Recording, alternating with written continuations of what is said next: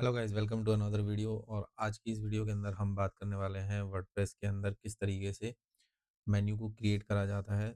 सबसे पहले मैं आपको ये बता देता हूँ, वेबसाइट के अंदर बहुत सारे मेन्यूज़ हम क्रिएट कर सकते हैं और उन मेन्यूज़ को डिफरेंट डिफरेंट लोकेशन के अंदर हम प्लेस कर सकते हैं। अब बात आती है कि कहाँ-कहाँ हम मेन्यू को प्लेस कर सकते हैं। इसके लिए आपको एक वेब पेज को जानना बहुत ज़रूरी है, क्योंकि जितने भी आप वेबसाइट के अंदर पेजेस बनाते हैं, वो मल्टीपल पार्ट्स में डिवाइड होते हैं। यहाँ पर जैसे कि मैंने आपको एक स्ट्रक्चर दिखाया हुआ है, इस स्ट्रक्चर के अंदर मैं आपको बताता हूँ कि आपका जो पेज है कितने पार्ट के अंदर डिवाइड होता है। जैसे कि स्ट्रक्चर में मैंने क्या करा हुआ है, अलग-अलग सेक्शन बनाए हुए हैं। तो ये वाला जो सेक्शन आपको दिखाई दे रहा है, इसको बोलते हैं हम वेबसाइट का हेडर, राइट? नीचे वाला जो सेक्शन आपको ये दिखाई दे रहा है, इसको बोलते हैं वेबसाइट का फुटर। ये वाला जो आपको राइट में आपको सेक्शन दिखाई दे रहा है, इसको बोलते हैं हम राइट हैंड साइड बार, ठीक है? Right hand side bar. ये वाला जो ऑप्शन है, इसको बोलते हैं हम लेफ्ट हैंड साइड बार। और ये वाला जो सेक्शन है, इसको बोलते हैं हम बॉडी पार्ट। अब यहाँ पर इन पांचों पार्ट का अलग-अलग फंक्शन होता है, अलग-अलग एलिमेंट्स की प्लेसमेंट होती है। ऐसा नहीं है कि अब इन पांचों में आप कुछ भी कहीं भी रख दें अपनी वेबसाइट के अंदर, नहीं तो आपकी वेबसाइट का जो स्ट्रक्चर है वो बहुत अजीब-सा हो जाएगा। फुटर के अंदर आपको यहाँ पर 3 सेक्शन दिखाई दे रहे हैं। ये डिपेंड करता है थीम के ऊपर, ये डिपेंड करता है वेबसाइट जिसके अंदर जो आप थीम यूज़ कर रहे हैं, वो थीम आपको कितने सेक्शन दे रही है अप्लाई करने के लिए। तो जब आप किसी भी वेब पेज को डिज़ाइन करेंगे, तो उसमें जो फुटर होगा, उसके अंदर भी आपको सेक्शन मिलेंगे। इन सेक्शन का रोल क्या होता है, इन सेक्शन में आप क्या कर सकते हैं, अलग-अलग एलिमेंट्स प्लेस कर सकते हैं। ये सेक्शन 1 है, ये सेक्शन 2 है, ये सेक्शन 3 है। ऐसे ही आपको हो सकता है 4 मिले, 5 मिले, 6 मिले, तो आप उनको अपनी नीड के अकॉर्डिंग अपनी वेबसाइट के ऊपर विज़िबल करा सकते हैं। अब आज की इस वीडियो में जो हम बात करने वाले हैं, वो बात करने वाले हैं हेडर मेन्यू की।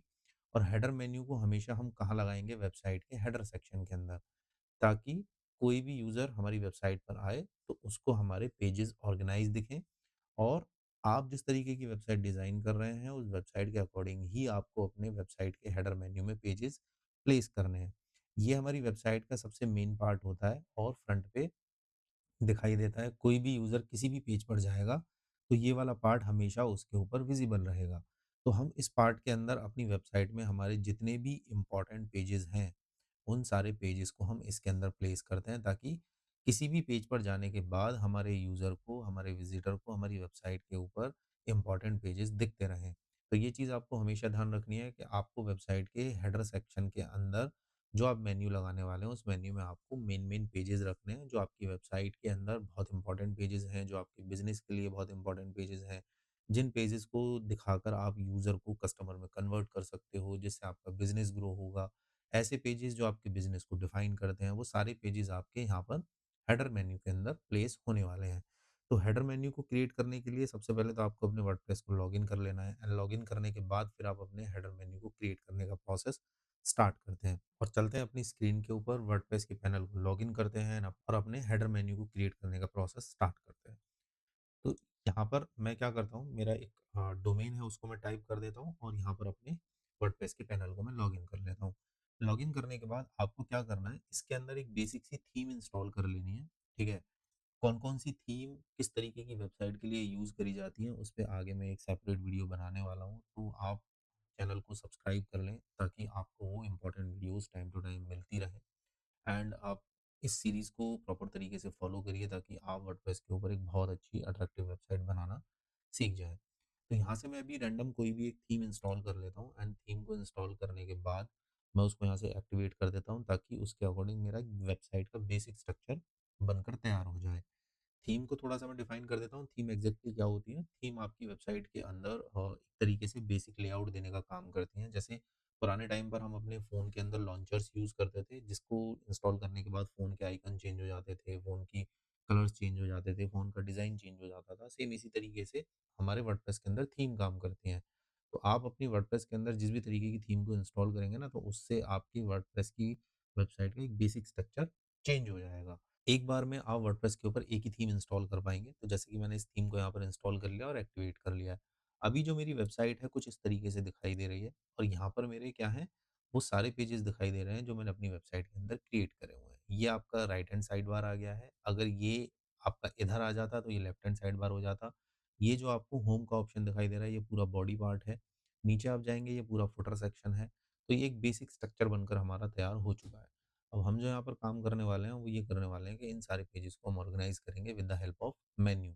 मेन्यू को क्रिएट करने के लिए आपको क्या करना है, सिंपल अपीयरेंस में आपको एक यहाँ पर मेन्यू का ऑप्शन दिखाई देगा, इसके ऊपर क्लिक कर देना है। जैसे ही आप इसके ऊपर क्लिक करेंगे यहाँ पर आपको वो सारे पेजेस दिखाई देंगे जो आपकी वेबसाइट में टॉप पोजीशन के ऊपर दिखाई दे रहे हैं।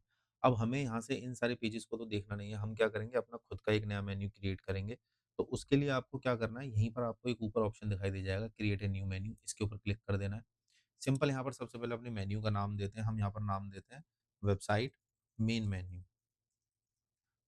और उसके बाद यहाँ से क्रिएट मेन्यू पे क्लिक कर दिया। अभी हमारा जस्ट एक मेन्यू क्रिएट हुआ है। अब इस मेन्यू के अंदर हम क्या चीज़ लगाना चाहते हैं, जो भी चीज़, चाहे वो हमारे पेजेज़ हों, चाहे वो हमारी पोस्ट हों, कुछ भी चीज़ को हम अब इस मेन्यू के अंदर प्लेस करेंगे तो वो हमारी वेबसाइट के टॉप पोज़ीशन के ऊपर दिखाई देना स्टार्ट हो जाएगी।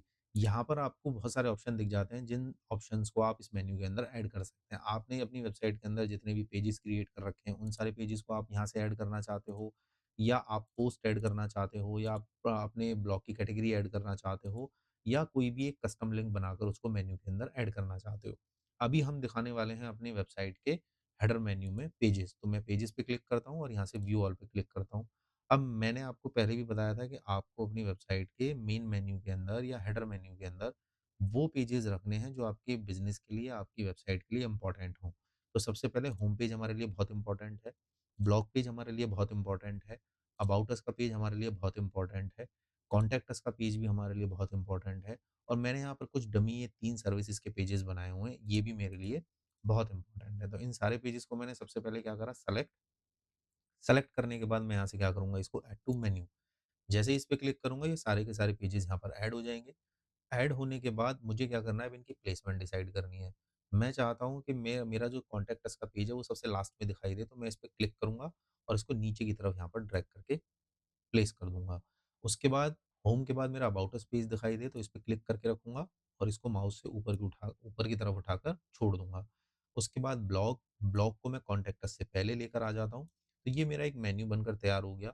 अब मैं क्या कहता हूँ कि भई ये जो मैंने मेन्यू बनाया है और इस मेन्यू के अंदर जितने भी हमने पेजेज़ लगाए हैं, ये सारे पेजेज़ मेरी वेबसाइट के टॉप पोज़ीशन के ऊपर दिखाई देने चाहिए। कहाँ पर? इस जगह। तो इसको हम बोलते हैं primary menu. Header menu, primary menu, main menu, ये सारी एक ही चीज़ें हैं। डिपेंड करता है कि आपकी वेबसाइट में आपको क्या दिखाई दे रहा है। आपको प्राइमरी मेन्यू दिखाई दे तो भी उसका मतलब हेडर मेन्यू है, आपको मेन मेन्यू दिखाई दे तो भी उसका मतलब हेडर मेन्यू है, तो कन्फ्यूज़ नहीं होना है। आपको सिंपल क्या करना है, यहाँ से पेजेज़ ऐड करने के बाद यहाँ पर डिस्प्ले लोकेशन का एक ऑप्शन दिखाई देगा, इसको आपको यहाँ से ऑन कर लेना है।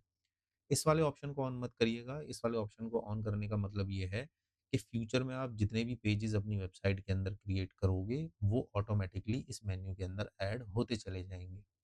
तो कुछ पेजेज़ ऐसे होते हैं जिनको हमें नहीं ऐड करना होता मेन्यू के अंदर, तो आप इस ऑप्शन को यहाँ से ऑन करके मत रखिएगा। ठीक है? आप यहाँ से क्या करेंगे, डिस्प्ले मेन्यू को यहाँ से ऑन करेंगे एंड प्राइमरी मेन्यू या मेन मेन्यू जो भी आपको ऑप्शन दिखाई दे रहा है, यहाँ से इसको चेक बॉक्स को ऑन करेंगे और इसको यहाँ से सेव करेंगे।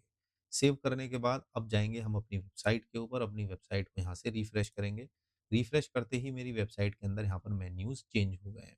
ठीक है? मेरे हेडर मेन्यू के अंदर वही पेज दिखाई दे रहे हैं जो मैंने अपनी वेबसाइट के मेन्यू में प्लेस करे हैं। Home, about us, service 1, service 2, service 3, blog, contact us. Home, about us, service 1, service 2, service 3, blog, contact us. अब इससे बेनिफिट क्या होगा? इससे बेनिफिट ये होगा कि यूज़र जब आपकी वेबसाइट पर आएगा तो यहाँ से क्लिक करके आपके मेन पेजेज़ के ऊपर जा सकता है और आपके बिज़नेस के बारे में, आपके प्रोडक्ट के बारे में, आपकी सर्विसेज़ के बारे में वो जान सकता है। ठीक है? तो इसलिए मैंने आपको बोला था कि आपको यहाँ पर हमेशा क्या रखने हैं, अपने मेन पेजेज़ मेन्यू के अंदर रखने हैं ताकि उनको आप अपने यूज़र को दिखा पाएँ। इस तरीके से आप अपनी वेबसाइट के अंदर अपनी वेबसाइट का हेडर मेन्यू क्रिएट कर सकते हैं। आगे आने वाली वीडियो में हम देखने वाले हैं किस तरीके से वेबसाइट के अंदर हम डिफरेंट डिफरेंट मेन्यूज़ क्रिएट करके उनको फुटर में हम प्लेस कर सकते हैं। और उसके बाद हम अपना आगे थीम के ऊपर भी डिस्कस करने वाले हैं, प्लगइन्स के ऊपर भी डिस्कस करने वाले हैं। तो पूरी ये जो सीरीज़ है इसको आप रेगुलर फॉलो करिएगा ताकि आप वर्डप्रेस को बहुत अच्छे से सीख पाएँ एंड उसके ऊपर वेबसाइट को डिज़ाइन कर पाएँ। गाइज़ आज की इस वीडियो में इतना ही, मिलते हैं नेक्स्ट वीडियो में। Till then goodbye, take care.